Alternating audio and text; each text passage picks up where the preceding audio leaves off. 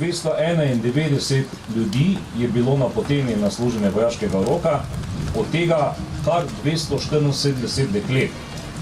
Uspešno je končalo, tako kot vi danes tukaj, 1622 vojakov in vojakinj. In najbolj vztrajni torej končajo. In prav taki ste danes tudi vi, ki boste prisegli oziroma ki stojite tukaj v postroju. Moramo se tudi pohvaliti, da je od teh 1600 in nekaj uspešno končanih se je skoraj 600 zaposlilo v Slovenski vojski. In od teh je tudi dodatnih 100 pa postalo pogodbenih pripadnikov Slovenske vojske. Višinski center Slovenske vojske s sedežem v Vipavi, ki je zdaj prevzel to nalogo, verjamem in vem, da jo bo tudi uspešno nadaljeval. Torej, da bo za potrebe Slovenske vojske usposobil in pripravil tisto najdragocenejše, kar vsaka vojska ima, ljudi. Slovesno prisegam, da bom branil samostojnost, neodvisnost, svobodo in ozemeljsko celovitost moje domovine Republike Slovenije ter vestno in odgovorno izvrševal svoje dolžnosti pri njeni obrambi. Vojaki, potrdite svojo voljo z besedo prisegam! Prisegam! Ja, služenje je bilo zanimivo.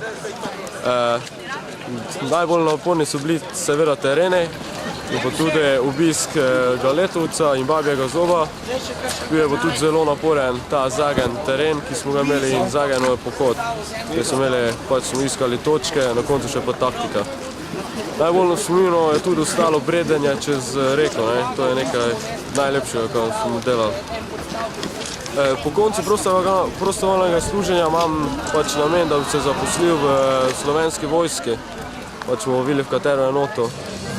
Slave na boju naša kri, za blago četnjave naj puška govori. Z orožjem in z žlico nesimo vragu grom, za pisam krivavico, ki terjajo naš dom.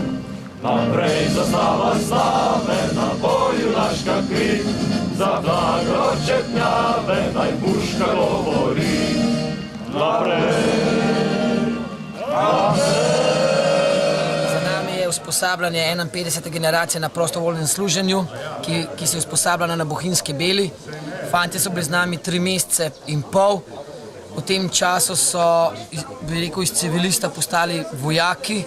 Če se spominjam prvi dan, ko so prišli skozi prijavnico, mimo prijavnico, civilisti niso znali obleči niti uniforme Slovenske vojske. Danes so vojaki sposobni preživeti na bojišču, poznajo vojaške veščine, dobri so v orientaciji, odlični so v streljanju.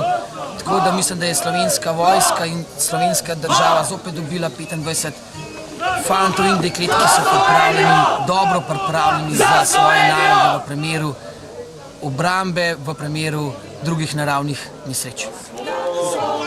Se že priča, kmalu svoj sovražnik strdi slovenska domovina, že pod svobodi je odprt.